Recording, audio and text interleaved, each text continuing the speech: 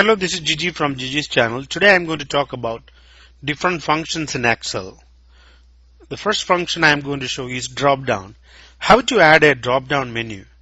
So here I have the information of the students in a classroom, and I have the first name, last name, address, phone number, city. But how we are going to add this drop-down? So these are the three cities we have, and how we are going to add those cities as a drop-down menu here. First, we need to select the cell where we want to add the drop-down. Select that, and then click on Data Validation, and then under Allow, click on List, and then Source. We need to add the source. Where is the source? Right now, the data is right here. Click that, then click Enter, then click OK. So right now you can see all the three cities have added: Baltimore, Rockville, and Gaithersburg. So if you want to add the drop down in all the cells, just drag it. That's it.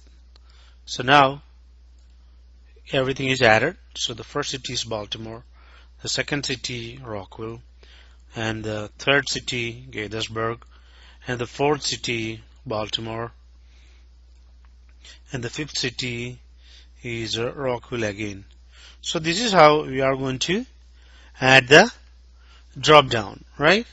So that is done. So just want to add the border, so that looks better now. Okay, so now the next function I'm going to show here is if. So I have some scores of some candidates. So these candidates have appeared for a preliminary test in a company.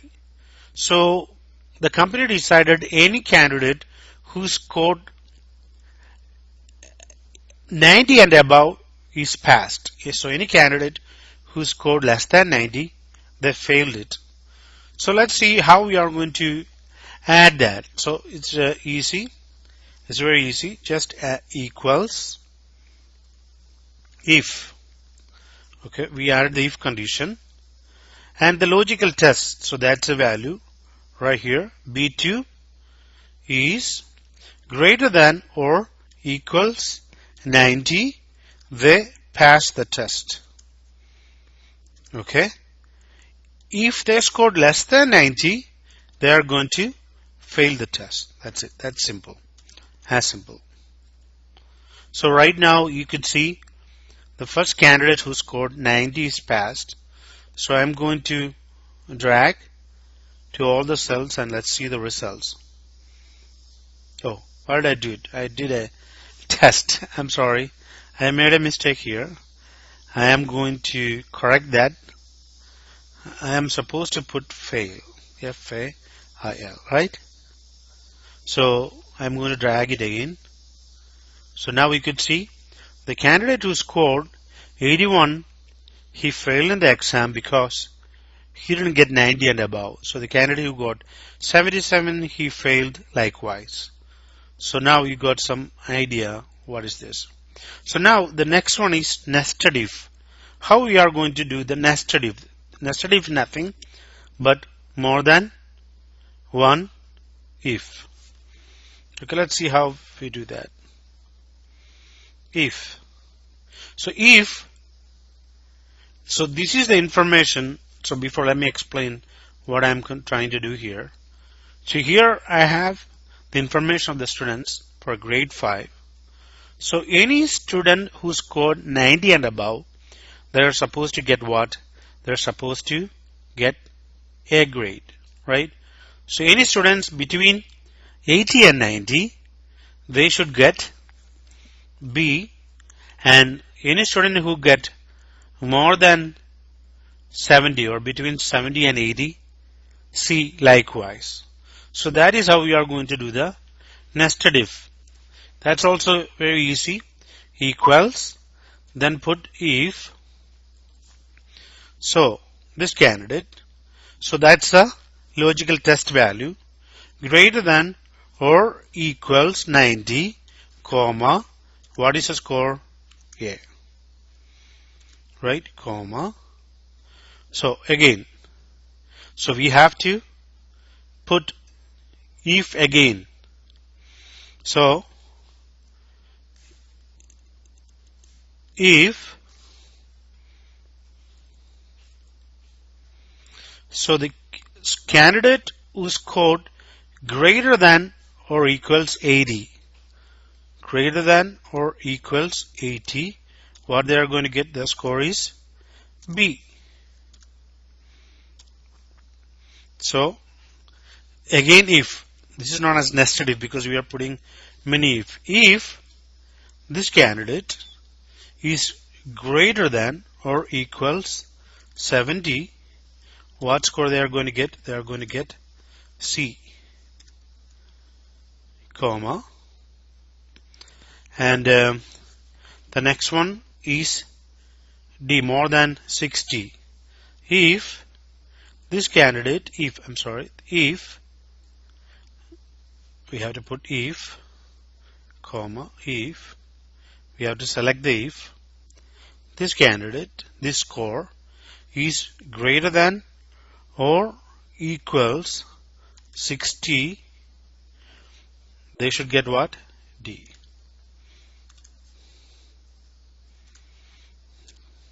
Comma, and then any candidates who scored less than 60, they are going to fail. So you just put quotes fail. And we close the quotes. Now the important thing, we need to make sure we need to close all the bracket that is open. So how many brackets we open? 1, then 2, 3, 4. So this candidate who scored 82, he got B. Now if you drag it, let's see the score. So the candidate who scored less than 60, he failed. The candidates who got more than 80, between 80 and 90, he got B. The candidate who got between 80 and 90, he got B again. So likewise, that is known as nested if.